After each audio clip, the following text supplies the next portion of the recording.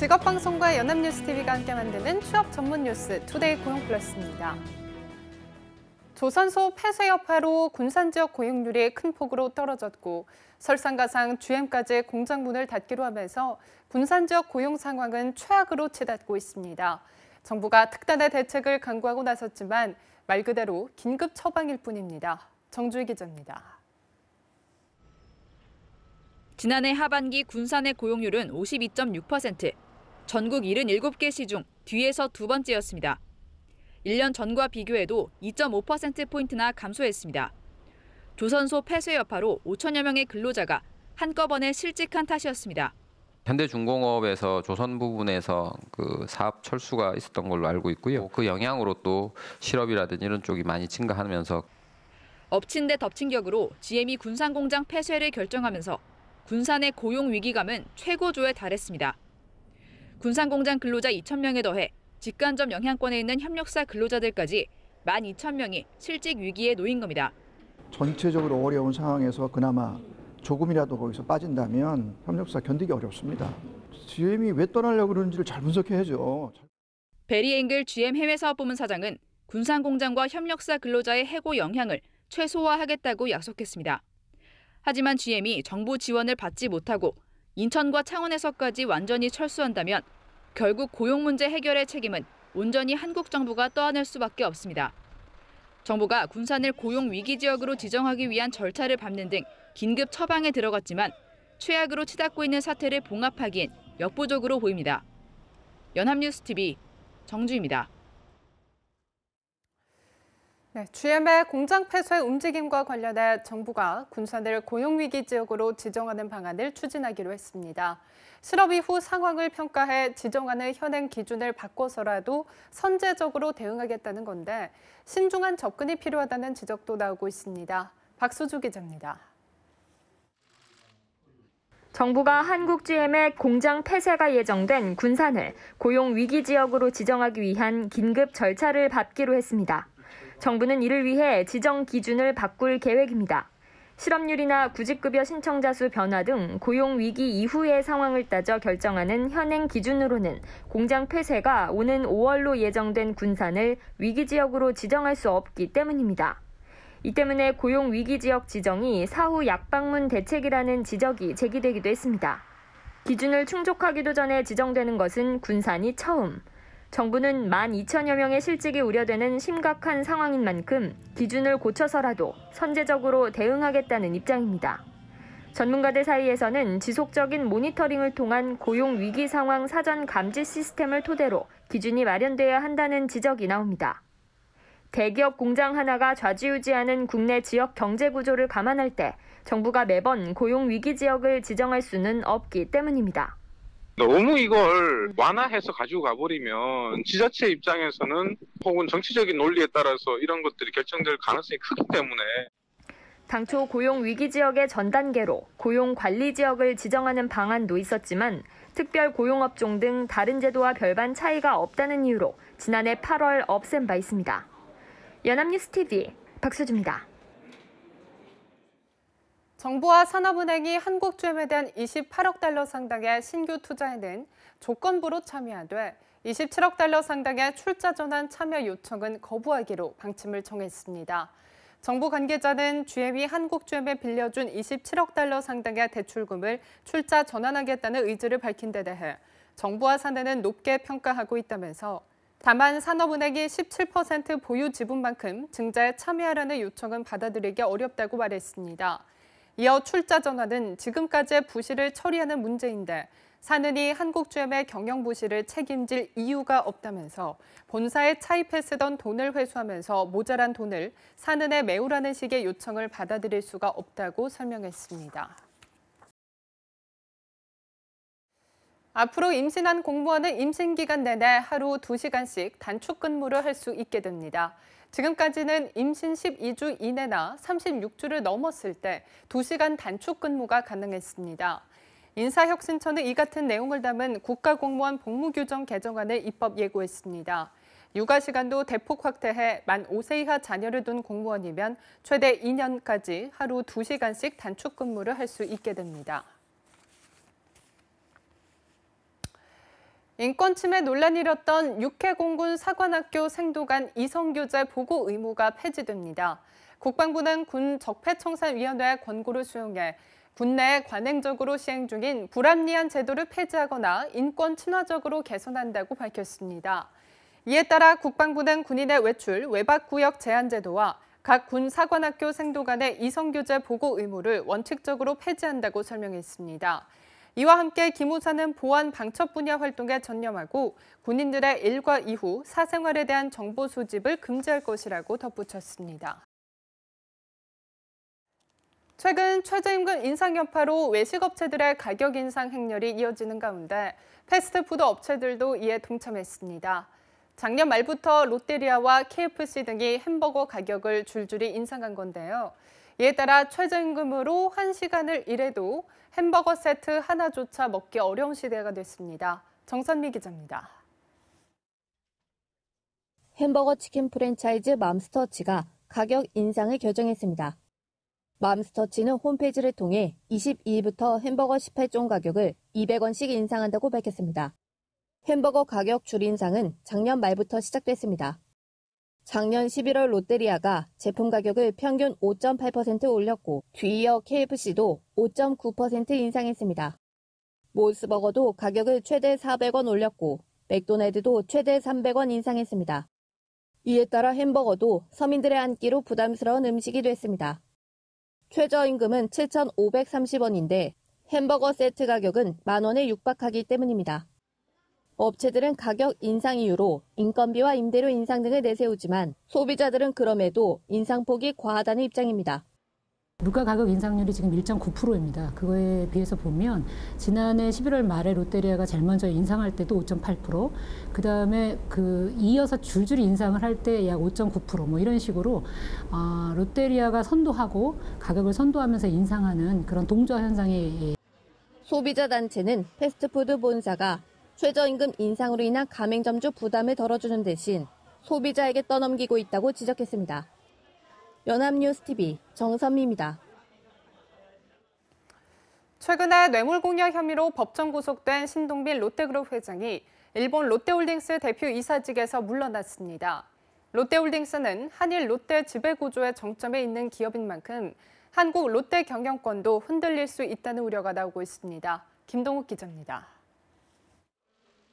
신동빈 롯데그룹 회장이 한일 롯데그룹 지배구조 정점에 있는 일본 롯데홀딩스 대표이사직에서 물러났습니다. 롯데홀딩스는 도쿄 신주쿠 본사에서 이사회를 열고 신 회장의 대표이사 사임권을 승인했습니다. 이에 따라 롯데홀딩스는 신 회장과 공동 대표를 맡고 있던 스쿠다 다카유키 사장 단독 대표 체제로 전환됩니다. 이사회는 신 회장의 롯데홀딩스 이사직 및 부회장직은 유지하기로 결정했습니다. 현재 신 회장은 국정농단 사건의 뇌물 공여죄로 1심에서 징역 2년 6개월의 실형을 선고받고 구속된 상태입니다.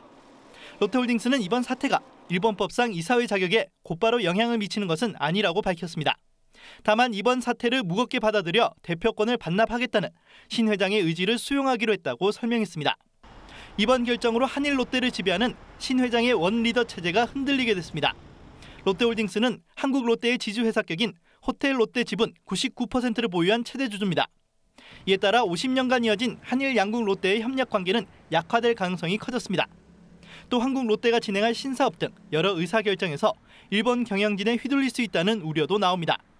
롯데그룹은 황각규 부회장을 중심으로 일본 롯데 경영진과의 지속적인 소통을 통해 이러한 상황을 극복하기 위해 노력할 계획이라고 밝혔습니다. 연합뉴스TV 김동욱입니다. 배달기사들에게 돈을 빌려주고 연 40%가 넘는 이자를 받는 배달 대행업체가 있다고 합니다. 법정 최고 이자율을 훌쩍 넘는 금리인데다 불법 대부업 소지도 있다고 하는데요. 목돈의 유혹에 넘어가 고통받는 기사들 중에는 청소년도 있다고 합니다. 박현우 기자입니다. 서울 강동구에 본사를 두고 150여 명의 배달기사를 확보하고 있다고 홍보하는 배달 대행업체. 배달 대행을 주 업무로 하면서 배달기사들을 상대로 사실상 대부업도 하고 있는 것으로 알려진 업체입니다. 기사들이 이제 돈을 빌려 쓰는 한 80, 90% 정도 기본 300부터 해가지고 뭐 많게는 뭐 900만 원까지 대출을 받아서 하루하루 이렇게 갚아나가는. 현행법상 사업자가 종업원에게 돈을 빌려주는 경우 대부업 등록을 하지 않아도 되지만 배달 기사의 경우 단순 근로자가 아닌 특수고용 형태라 무등록 대부업 소지가 있다는 게 노동계 판단입니다. 특히 300만 원 선 지급 뒤 100일간 총 332만 5천 원을 갚아나가는 시스템을 연리로 따지면 금리가 40%를 넘어 법정 최고 이자율을 정해놓은 현행법에도 위배된다는 지적입니다. 심지어 이 같은 불법 행위의 마수는 청소년들에게까지도 뻗치고 있습니다. 미성년자들은 못 빌려주니까요. 미성년자 아닌 사람의 명의를 빌려 가지고 와라. 그래가지고 그 계약서를 이제 그렇게 써서 빌려주는 걸로 알고 있습니다. 아는 형거라든지. 동생들은 아직 20살 안 된 애들도 있는데.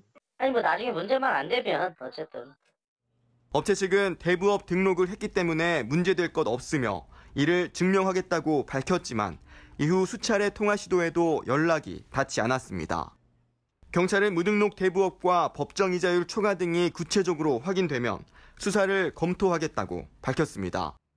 연합뉴스TV 박현우입니다. 22일부터 모바일을 통해 본인이나 은행, 보험, 대출 등 금융계좌를 한 번에 조회할 수가 있습니다. 금융감독원은 그동안 PC로만 지원하던 내 계좌 한 번의 서비스를 전용 어플리케이션으로 휴대전화에서 이용이 가능하고 우체국 계좌도 조회할 수 있다고 밝혔습니다. 지난해 12월 21일부터 지난달 말까지 내 계좌 한눈에 서비스로 상호 금융회사의 미사용 계좌 21만 7천 개가 해지돼 잔액 1,038억 원이 예금주에게 돌아갔습니다. 금감원은 오는 8월에는 저축은행, 증권회사, 휴먼 계좌 등 서비스 조회 대상을 전 금융권으로 확대할 계획입니다. 조선업 구조조정으로 조선산업 중심지인 경남 거제의 실업률이 전국 최고를 기록했습니다. 통계청의 시군별 주요 고용지표에 따르면 작년 10월 기준 거제시 실업률은 상반기보다 2배 이상 높은 6.6%로 특별광역시를 제외한 전국 시군 중 1위였습니다. 역시 조선업 불황 타격을 입은 경남 통영시가 5.8%로 2위였습니다. 전북 군산시의 실업률도 상반기 1.6%에서 현대중공업 조선소가 문을 닫으며 2.5%로 뛰었습니다. 한편 고용률 전국 1위인 제주 서귀포시 등 중국 관광객 감소 탓에 고용률이 69.9%로 조사 시작 이래 처음으로 70%를 밑돌았습니다. 정부가 국적항공사 승무원 근무 실태에 대한 특별점검에 나섭니다. 국토교통부는 다음 달 8일까지 에어부산을 제외한 국적항공사 8곳에 항공안전감독관을 보내 승무원의 근무와 휴식 시간 준수 여부 등을 특별 점검한다고 밝혔습니다.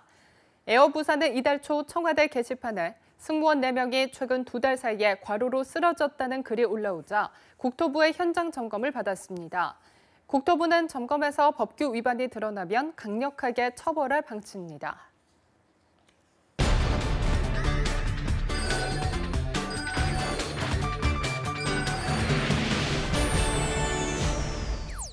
네, 사회적으로 핫한 이슈를 키워드로 알아보는 핫키워드 시간입니다. 구본아 캐스터와 함께합니다. 안녕하세요. 안녕하세요. 핫키워드 시간입니다.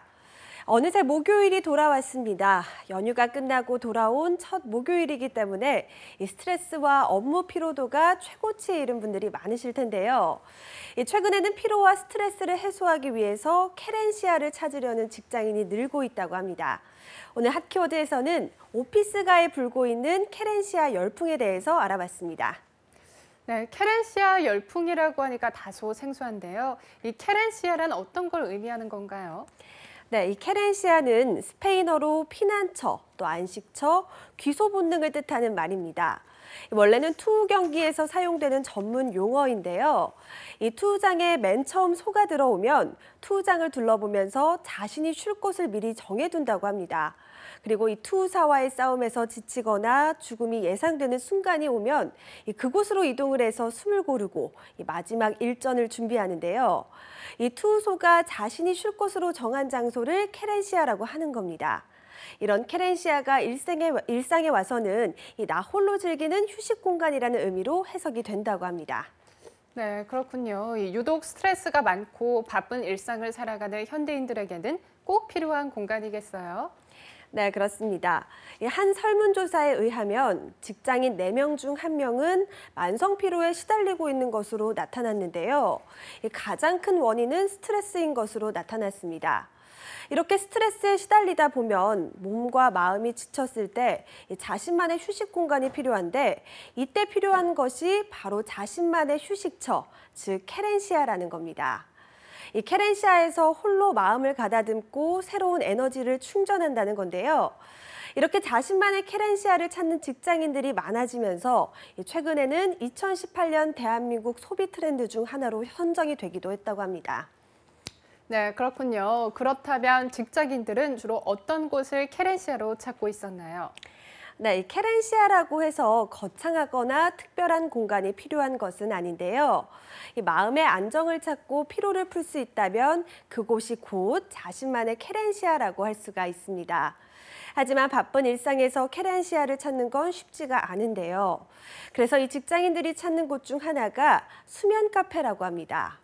여의도나 종로, 또 광화문과 같은 사무실 밀집 지역에 위치한 수면 카페는 계속되는 야근과 잦은 회식 등으로 피로가 누적이 되면서 휴식이 필요한 직장인들이 주로 찾는 곳이라고 하는데요.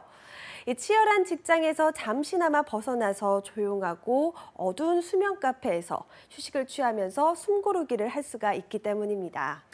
네, 실제로도 한국인의 수면 시간이 짧다고 해요. 그렇다고 사무실에 잠을 잘 수 있는 휴식 공간이 마련돼 있는 것도 아니고요. 이런 직장인들에게 딱 알맞은 케렌시아가 될 수 있을 것 같은데요. 네, 그렇습니다. 실제로 한국인의 평균 수면 시간은 7시간 49분으로 전체 평균 수면 시간이 8시간 22분인 OECD 국가 중에서 최하위를 차지했을 정도인데요. 하지만 평균 수면 시간을 줄일 수는 없으니 잠시라도 피로를 풀 수 있는 공간을 찾게 되는 겁니다. 그래서 최근에는 빠른이라는 의미의 패스트와 치유라는 의미의 힐링이 합쳐진 패스트 힐링이라는 신조어가 만들어졌을 정도인데요. 짧게라도 간단한 방법으로 휴식을 취하면서 에너지를 얻는다는 겁니다. 네, 그렇군요. 이 쉼없는 하루 속에서 도시의 소음과 단절된 곳에 잠시 있는 것만으로도 큰 휴식이 될 것 같아요. 네, 그렇습니다. 하지만 점심시간도 동료와 함께 해야 하는 일이 잦은 상황에서 이 수면 카페까지 가는 건 쉽지 않은 일일 수가 있는데요.